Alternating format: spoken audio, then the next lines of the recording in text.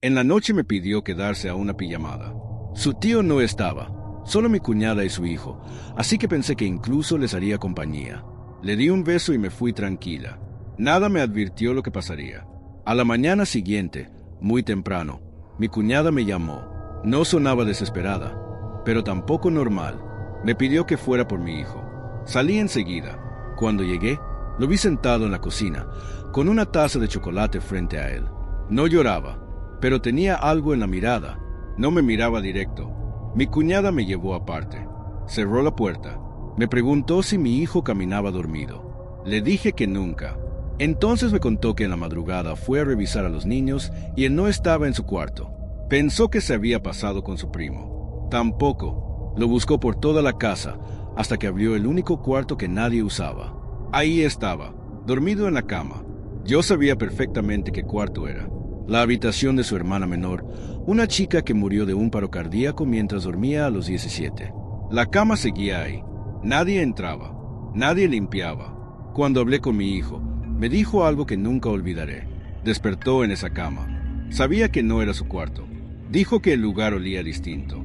Y dijo que escuchó a alguien respirando, acostado junto a él. No gritó. No se movió. Sentía que si lo hacía, algo pasaría. Nos fuimos de inmediato. Durante años me convencí de que fue una pesadilla, pero cuando creció, me confesó algo más. Dijo que esa respiración no era amenazante, que era tranquila, como la de alguien que ya estaba acostumbrado a dormir ahí. Desde entonces, incluso ahora que tiene 18, cada noche paso por su puerta antes de dormir, solo para asegurarme de que no haya alguien acostado junto a él. Hola comunidad, prefiero no decir mi nombre. Pero hay algo que pasó en mi familia que seguimos recordando cada vez que nos reunimos. Y aunque han pasado años, todavía nos incomoda hablar de ello. Mi papá murió de forma repentina. No fue violento, pero sí inesperado. Un accidente en su camioneta en una noche de lluvia. Cuando nos avisaron, todo se volvió ruido. Teléfonos sonando, gente entrando y saliendo, llanto, decisiones urgentes. Esa noche nadie durmió. Mi mamá, mi hermana y yo nos quedamos en casa esperando que amaneciera para ir a la funeraria y empezar los trámites. Quien ha pasado por una muerte sabe que el duelo viene acompañado de papeleo. A veces uno ni siquiera tiene tiempo de sentir, porque hay que resolver. Serían como las 3:30 de la madrugada cuando sonó el teléfono fijo de la casa. Eso ya era raro. Casi nadie tenía ese número. Y los que lo tenían, ya no llamaban ahí. Mi mamá contestó pensando que quizá algún familiar recién enterado buscaba hablar con nosotros. Yo la estaba mirando. No dijo nada al principio, solo escuchaba. Luego dijo, bueno, yo estaba a unos pasos y alcancé a oír lo que salía del auricular. No había voces, no había ruido, solo una respiración, lenta, profunda, como la de alguien dormido. Mi mamá volvió a decir bueno, pero la respiración siguió igual, sin cambiar, sin apresurarse. Pensamos que era una broma o una llamada equivocada. Colgó. No era agitada. Era normal. Demasiado normal. Como si alguien tuviera el teléfono cerca mientras dormía. Colgué. Desconectamos el teléfono de la pared. Nos miramos sin decir nada. Había demasiadas cosas en la cabeza como para pensar en eso, pero minutos después, el celular de mi mamá vibró. Número desconocido. Contestó creyendo que era la funeraria. Nadie habló y la respiración volvió a escucharse. Mi mamá colgó y dejó el teléfono en la mesa como si quemara. A la mañana siguiente, mientras organizábamos pendientes, mi hermana notó algo. El número que había llamado estaba guardado en el celular de mi mamá. No tenía nombre, pero lo reconocimos. Era el número de mi papá, el mismo que llevaba años usando, el mismo que estaba apagado desde que murió, el mismo celular que en ese momento estaba dentro de su chamarra en la funeraria. Intentamos explicarlo. Un error técnico, una llamada automática, algo del sistema, pero ese número volvió a marcar. Minutos antes de que empezara el velorio, y esta vez sabíamos con certeza que nadie tenía ese teléfono, porque ya lo habíamos recogido y estaba en nuestra casa. No contestamos esa última llamada. Hola comunidad. Esta historia no es muy larga, pero espero que les deje pensando. Cuando tenía 17 años murió mi abuela. Pasaron más de 15 años y la casa quedó cerrada casi todo ese tiempo. Solo entrábamos a limpiar de vez en cuando, hasta que finalmente mi mamá decidió usarla. Un día, Ayudándola a sacar cosas viejas, encontré una caja con fotografías y un rollo sin revelar. Era de esos rollos antiguos que ya casi no existen, de una marca que ni siquiera sigue en el mercado. No tenía fecha ni notas. Solo estaba ahí. Lo llevé a revelar por curiosidad. Ni siquiera estaba seguro de que aún fuera posible, ni de que las fotos siguieran ahí después de tanto tiempo. No esperaba nada, pero cuando vi las imágenes, algo no me gustó desde la primera. En todas aparecía una mujer de espaldas. No era la misma foto repetida. Eran distintos lugares de la casa de mi abuela. El pasillo, la cocina, el comedor, el patio. Siempre la misma figura. Siempre de espaldas. Siempre con un vestido negro. La mano izquierda levantada hacia un lado. La derecha hacia abajo, con 2 dedos extendidos. La postura era idéntica en todas. Nunca se le veía el rostro. La luz era mala, como si las fotos se hubieran tomado de noche. La última imagen fue la más extraña. Era solo la ventana que da al jardín. Nada más. La reconocí de inmediato. La ventana estaba abierta. Era de noche. Afuera. Solo oscuridad. Días después fui a esa casa a visitar a mi mamá. Ya estaba viviendo ahí. Anochecía cuando pasé por el pasillo donde está esa ventana. Sin saber por qué, me detuve. Miré hacia el jardín. Por un segundo creí ver la misma silueta. La misma figura, pero ahora de frente. No distinguí rostro, no distinguí nada. Solo sentí que alguien estaba ahí. Encendí la luz exterior de inmediato. No había nadie. El jardín estaba vacío. Nunca supimos quién era la persona de las fotos. Nadie en la familia reconoce el vestido. Nadie recuerda a alguien así. No sabemos quién es, pero todos coincidimos en algo. No queremos volver a verla nunca. Lo que estaba dentro de aquello sigue siendo lo más terrible que han visto mis ojos en toda mi vida. Una cabeza humana. Movía la boca, me hablaba a mí. En esta ocasión, comunidad, van a escuchar 7 relatos profundamente perturbadores, historias que no solo buscan asustar, sino quedarse con ustedes después en el silencio.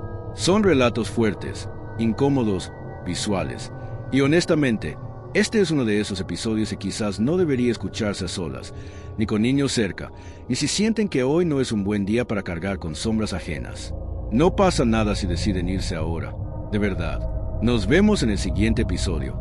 Pero si deciden quedarse, entonces ya estamos juntos en esto, y paso a paso, relato a relato, vamos a atravesar estas 7 historias, con la esperanza de salir de ellas. Algunas serán extrañas, otras grotescas, otras simplemente incorrectas, como si no debieran existir. Y sí, hay varias que probablemente no los dejarán dormir. Tienen 10 segundos para irse, 10 segundos para buscar algo más tranquilo, porque estamos a punto de empezar. Están escuchando Relatos en la Oscuridad. La siguiente historia es una que intenté borrar de mi mente durante años. Nunca lo logré. Solo la he contado unas pocas veces. Crecí en un barrio cercano al aeropuerto de Managua, en Nicaragua. En aquel entonces era un lugar todavía más solitario que ahora. Calles tranquilas, casas humildes y el movimiento justo de quienes vivíamos ahí. Nada más. Muy cerca estaba el lago Cholotlán, y muchas veces caminábamos por sus orillas sin rumbo, solo para ver qué encontrábamos. Yo solía juntarme con chicos un poco mayores que yo. Jugábamos béisbol, hablaban de cosas que yo aún no entendía, y a veces hacían cosas que sabían que no debían hacer. Pero no había otros niños de mi edad en la calle, así que ellos eran lo único que tenía. Con ellos caminé kilómetros. Con ellos entré en casas abandonadas buscando cualquier objeto que pudiera valer algo.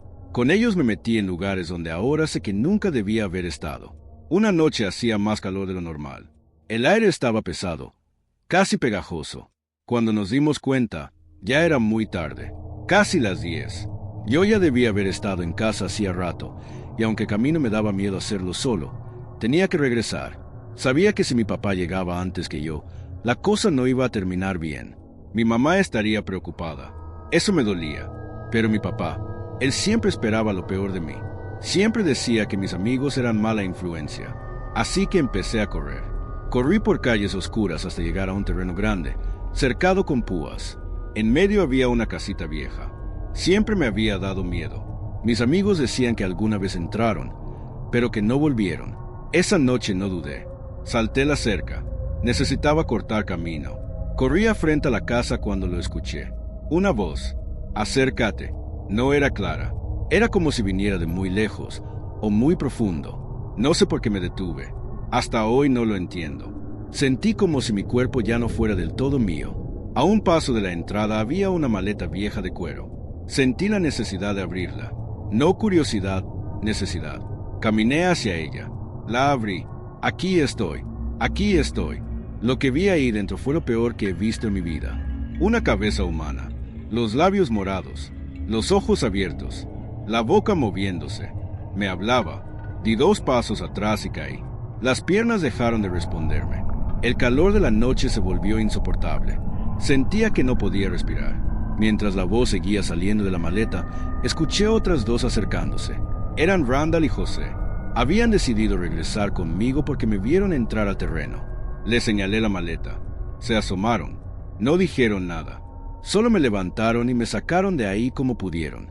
Me cargaron hasta que mis piernas volvieron a responder. Me dejaron en casa.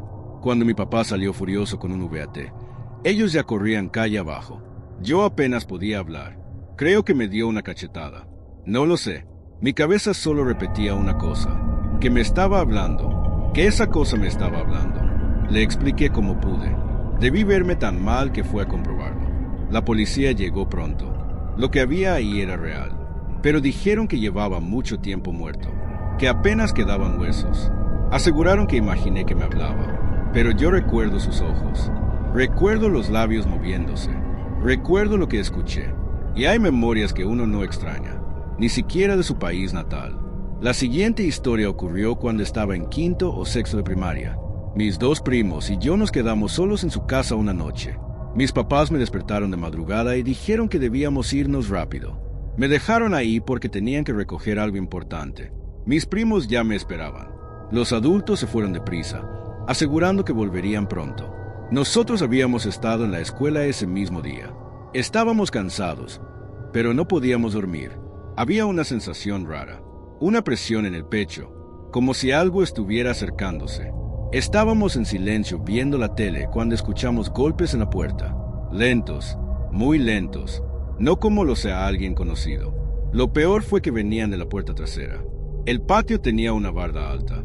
Si alguien tocaba ahí, ya estaba dentro. Mi primo mayor miró por la ventana, pero no vio nada. Dudamos si lo habíamos imaginado, pero ninguno se atrevía a abrir. Me ofrecía salir por la parte trasera y rodear el patio, no porque fuera valiente, sino porque el miedo a lo desconocido empezaba a ser peor que el miedo a comprobarlo. Di unos pasos afuera, entonces la vi. En una de las ventanas laterales, alguien se asomaba hacia la casa. Era una mujer vestida de negro, pero su vestido no era tela normal. Parecían tiras, como raíces, como enredaderas colgando desde su cabeza. Se giró hacia mí. Su cara era como una calavera cubierta por restos de piel. Grité. Uno de mis primos me jaló y los 3 nos pusimos a llorar. Ellos llamaron a una vecina y repetían, una bruja, una bruja. Yo sabía que era algo peor. Las vecinas llegaron, revisaron el patio, no encontraron nada, no nos creyeron. Horas después llegó mi mamá, con la noticia. Mis abuelos habían muerto, luego supimos que se habían encerrado y abierto las llaves del gas. La familia quedó devastada. Esa noche en casa de mis primos, yo sé lo que vi, y ustedes ya pueden imaginarlo. Fue aterrador, pero también había una calma extraña en esa mirada. Es lo más cerca que he estado de la muerte. Hola comunidad, me llamo Marisol y quiero compartirles algo. Nunca me gustó dejar a mi hijo dormir fuera cuando era pequeño, pero esa vez no vi nada malo. Era casa de su primo, familia cercana. Él tenía unos 10 años. Ese día estaba inquieto pero feliz. Esta historia es anónima por razones obvias. Involucra armas que mi papá tenía en casa sin permiso. Habían sido de mi abuelo en el rancho. Una escopeta y un par de rifles. Mi papá ni siquiera iba al rancho, pero le gustaba cazar. A veces nos íbamos a la sierra. Conducíamos por caminos de terracería durante horas. Cuando ya estábamos lejos, sacaba las armas del escondite del carro y caminábamos monte adentro. Cazar es una forma optimista de decirlo. Nunca le dimos a nada. Supongo que las miras estaban mal, o éramos pésimos. Lo que quiero contar pasó en uno de esos viajes. Habíamos llegado a un punto alto de la sierra, desde donde se veía todo. El camino, la ciudad a lo lejos, incluso el lugar donde habíamos dejado el carro. Entonces vimos que una patrulla llegó y se estacionó junto a él. Nos preocupamos. Tener las armas ya era ilegal, así que decidimos esperar. Con suerte se irían pronto, pero no se iban. Desde lejos solo veíamos los dos vehículos, quietos en medio del camino de tierra. Era como si supieran que estábamos ahí y hubieran decidido esperarnos. Cuando finalmente se fueron, ya estaba oscureciendo. Bajamos rápido, pero el monte de noche es otro mundo. Perdimos el sendero. Las ramas nos golpeaban la cara. Solo caminábamos hacia donde creíamos que estaba el coche. De pronto mi papá se detuvo. Había visto algo a lo lejos. Alguien caminando hacia nosotros. Los policías, pensamos. Vio un árbol grueso y preguntó si podía treparlo. Le dije que sí. Subimos lo más alto que pudimos. Me pidió subir más, pero la rama crujió y él trató de sostenerla. Entonces escuchamos pasos debajo. Nos quedamos inmóviles. Había luna llena, por eso pudimos verlos. No eran policías. Debajo de nosotros caminaban 4 figuras arrastrando los pies. Se veían como salidas de tumbas. Cráneos deteriorados, ropa hecha jirones, piel que parecía deshacerse. Parecían muertos caminando. La adrenalina fue lo único que me mantuvo consciente. Cuando se alejaron bajamos sin hacer ruido y corrimos hacia el carro. Mi papá manejó en silencio. Luego me preguntó qué había visto. Le dije la verdad. Hizo una mueca, como si hubiera esperado que yo no los hubiera visto. Le pregunté qué eran. Dijo que no sabía. Luego murmuró: nunca he visto un fantasma. ¿Serán así? Cuando llegamos a casa le contamos a mi mamá la aventura, pero omitimos esa parte. Esa historia siempre fue solo de mi papá y mía. La cuento ahora con la misma sensación entonces, que nadie va a creerla. Y está bien, ni siquiera yo sé qué vimos en ese bosque. Esta última historia la recuerdo desde que era niño. Durante años pensé que era imaginación. Vivíamos en una casa pequeña, en una calle tranquila del poblado de Martínez Domínguez. Por las noches, antes de dormir, mi mamá apagaba las luces y yo me quedaba mirando por la ventana hacia la calle trasera. Detrás de nuestra casa había un baldío. A veces veía a un señor sentado en la banqueta, justo frente a ese terreno. No hacía nada, no hablaba, no se movía. Solo estaba sentado, mirándose a frente, como hacía nuestra casa. Para mí era normal, parte del paisaje, como el poste o el árbol de la esquina. Una noche le pregunté a mi papá quién era ese señor. Se quedó callado. Mi mamá lo miró, luego me miró a mí. Me preguntaron de qué hombre hablaba. Señalé la banqueta desde la ventana. Ahí, donde siempre se sienta. Se miraron entre ellos. Mi papá me dijo que me fuera a dormir.